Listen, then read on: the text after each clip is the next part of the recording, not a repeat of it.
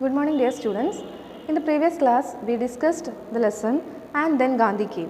Here, Gandhi came to India when India was in a bitter condition and he saved the Indians. He wished to save Indians from the hands of the Britishers.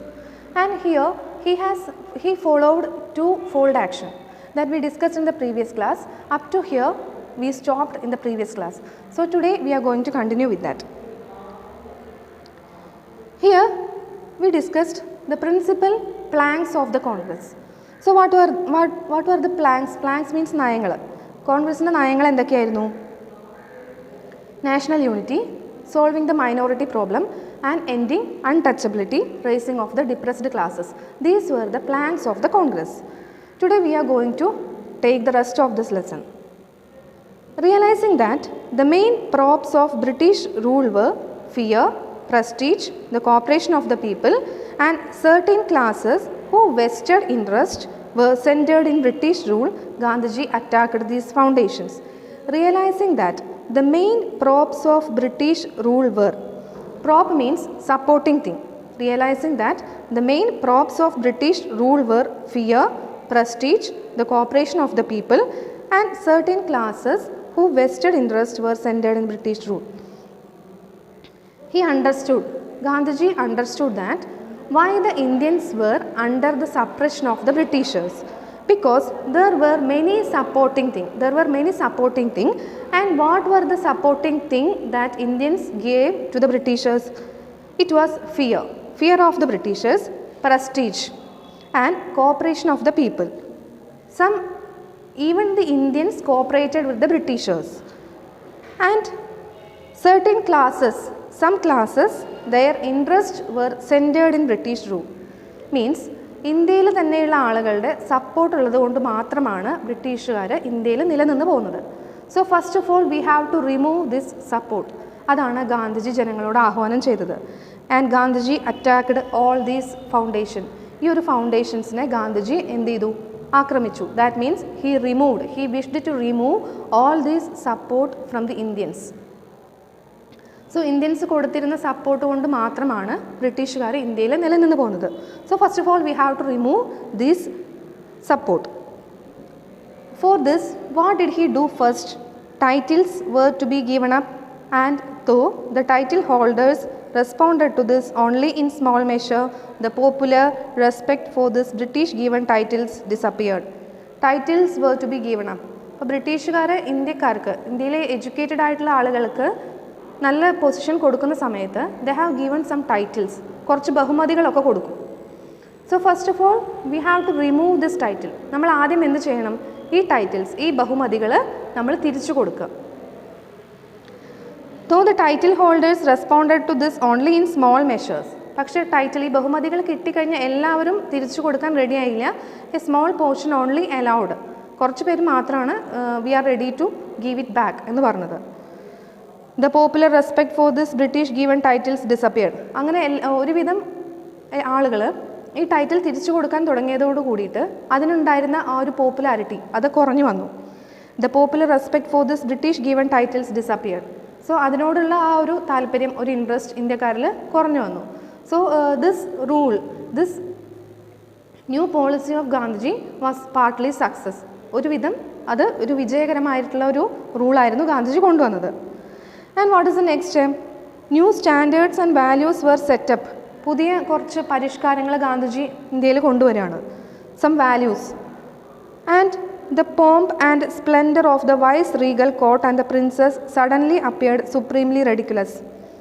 അവരുടെ കോർട്ടുകൾ, vice-Regal court means വൈസ്രോയുടെ കോർട്ടിലുണ്ടായിരുന്ന നിയമങ്ങൾ, അതിൻ്റെ ഒരു Splendor, അതിൻ്റെ ഒരു glory, അതിൻ്റെ ഒരു മഹത്വം, അതെല്ലാം കുറച്ചു കൊണ്ടുവരാൻ ഗാന്ധിജിക്ക് സാധിച്ചു.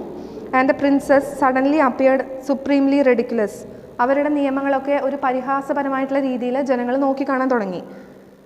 And rich men were not so anxious to flaunt their riches. Even there was a humble behavior among the rich people. ധനികരായ ആളുകൾ പോലും അത്രയും താഴ്മയോടുകൂടി പെരുമാറാൻ തുടങ്ങി. Not so anxious to flaunt their riches. Flaunt എന്ന് പറഞ്ഞെങ്കിൽ പ്രകടിപ്പിക്കാം. ഞങ്ങൾ ധനികരാണ് എന്ന് പറഞ്ഞ് നടക്കാൻ ആ ഒരു രീതിയിൽ നിന്നും അവരൊരുപാട് മാറി. Outwardly at least in their outward appearance, പുറമേക്കെങ്കിലും അങ്ങനെ ഒരു മാറ്റം കൊണ്ടുവരാൻ ഗാന്ധിജിക്ക് കഴിഞ്ഞു. Because many of them adopted simpler ways. Rich people, even the rich people adopted simpler ways. That is because of Gandhiji. And in their dress, how we can know that? Because in their dress, in their dressing, became almost indistinguishable from humbler folk. അതായത് ഈ rich പീപ്പിളിനെയും അതുപോലെ poor പീപ്പിളിനെയും കണ്ടു കഴിഞ്ഞാൽ മനസ്സിലാക്കാൻ പറ്റാത്ത വിധത്തിൽ ആ ഒരു dressing code he was able to bring this dressing code for the Indians. Became almost indistinguishable. Indistinguishable means inseparable.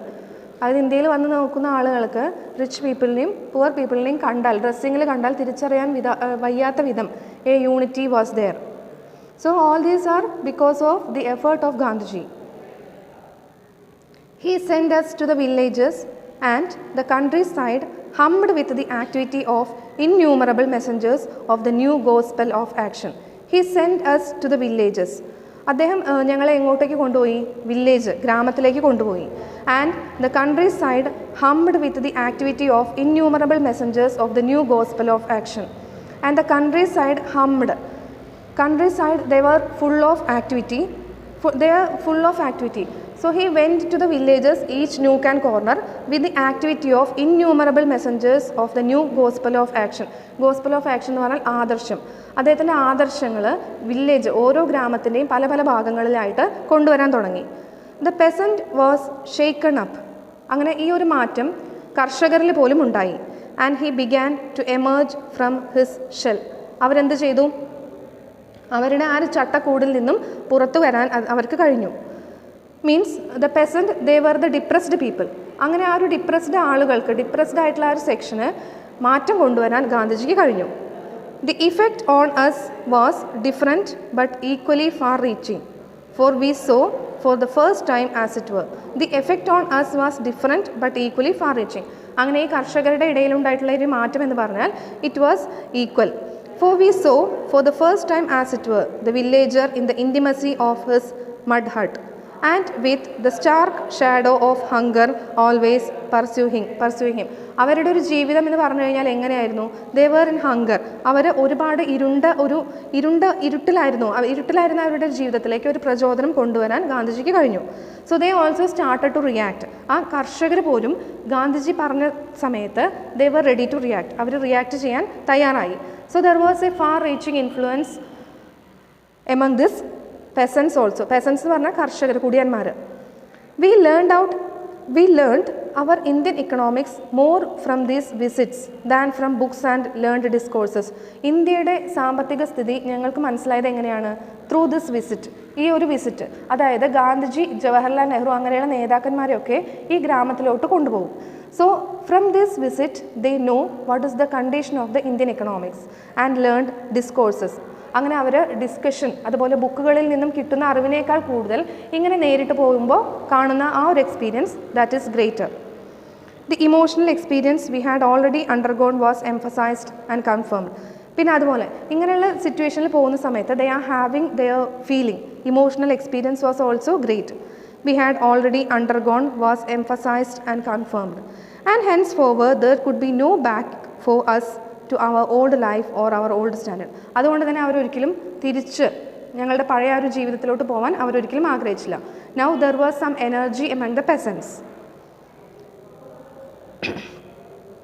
What was the idea of India which he was setting out to mold according to his own wishes and ideals? And there was an idea in Gandhiji about the Indian people. How India want to become. India എങ്ങനെയായി മാറണം, ഇന്ത്യയിലെ ജനങ്ങളെ കുറിച്ചിട്ട്, ഇന്ത്യയിലെ ജനങ്ങൾ എങ്ങനെയായി മാറണം എന്നതിനെ കുറിച്ച് ഒരു കറക്റ്റ് ഐഡിയ ഗാന്ധിജിക്ക് ഉണ്ടായിരുന്നു. So he is going to start his wishes. What was his idea? And in the next paragraph it is saying the model of India or how Gandhiji dream about India. See, let us see. I shall work for an India in which the poorest shall feel that it is their country. ഞാൻ ഇനി work ചെയ്യാൻ പോകുന്ന India എന്ന് പറഞ്ഞു കഴിഞ്ഞാൽ പാവപ്പെട്ട ജനങ്ങൾക്ക് എന്ത് ഫീൽ ഉണ്ടാവണം? ഇറ്റ് ഈസ് ദെയർ കൺട്രി, ഇത് ഞങ്ങളുടെ രാജ്യമാണ്. In whose making they have an effective voice. ഞങ്ങൾ സംസാരിച്ചു കഴിഞ്ഞാൽ we are having an effective voice in our country, ഇത് ഞങ്ങളുടെ രാജ്യമാണ് എന്നൊരു തോന്നൽ ആർക്കുണ്ടാവണം? To the poor people. And in India An India in which there shall be no high class and low class of people. ഇവിടെ എന്തുണ്ടാവാൻ പാടില്ല? There shall not be any discrimination, low class people, high class people. High class എന്ന് ഉണ്ടാവാൻ പാടില്ല. അതായത് ഉയർന്ന ആളുകൾ താഴ്ന്ന ആളുകളൊന്നുമില്ല. All are equal. An India in which all communities shall live in perfect harmony. Harmony എന്ന് പറഞ്ഞാൽ ഐക്യം. ഐക്യത്തോട് കൂടിയിട്ട് ജനങ്ങൾ ജീവിക്കണം. There can be no room in such an India for the curse of untouchability. Untouchability, തൊട്ടുകൂടായ്മ എന്നുള്ളൊരു ശാപം ഉണ്ടാവരുത്. Or the curse of intoxicating drink and drugs. അല്ലെങ്കിൽ എന്ത് പാടില്ല? Curse of intoxicating drink and drug. ലഹരി മരുന്നുകളുടെ ഉപയോഗം ഇല്ലാതാക്കുക. Then what? Women will enjoy the same right as men. Equality for men and women. This is the India of my dreams. So, Gandhiji വിഭാവനം ചെയ്യുന്ന India എന്ന് പറഞ്ഞു കഴിഞ്ഞാൽ ഇതൊക്കെയാണ്. What was the things? Poorest shall feel it is their country, and there shall not be any discrimination, high class people, low class people. There should be equality for men and women. There shall not be the curse of untouchability and the curse of intoxicating drinks and drugs. So these are the things Gandhiji dreamt.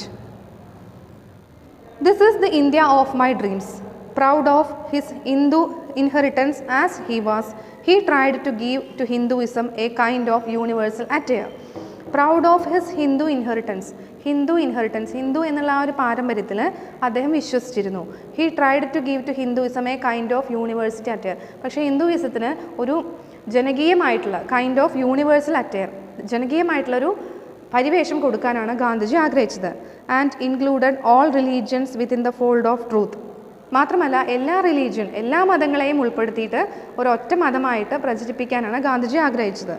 He refused it narrow his cultural inheritance. സാംസ്കാരിക പാരമ്പര്യത്തെ ഒരു narrow, ഒരു ഇടുങ്ങിയ ചിന്താഗതി എന്നുള്ളതിൽ നിന്ന് മാറി ഒരു വിശാലമായി ചിന്തിക്കാൻ ഗാന്ധിജി ആഹ്വാനം ചെയ്തു. And what is Indian culture? About Indian culture he has written like this: it is neither Hindu, Islamic nor any other religion. അല്ലെങ്കിൽ കൾച്ചർ എന്ന് പറഞ്ഞു കഴിഞ്ഞാൽ എന്താണ്?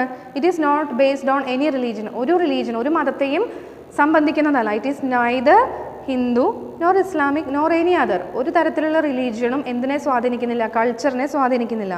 It is a fusion of all. It is a mixture of all. എല്ലാം കൂടെ combine ചെയ്തതാണ് എന്ത്? Culture. Again he said, I want the culture of all lands to be blown about my house as freely as possible. ഇനി culture എന്ന് പറഞ്ഞു കഴിഞ്ഞാൽ എന്താണ്? എൻ്റെ സ്വന്തം രാജ്യം പോലെയാണ്.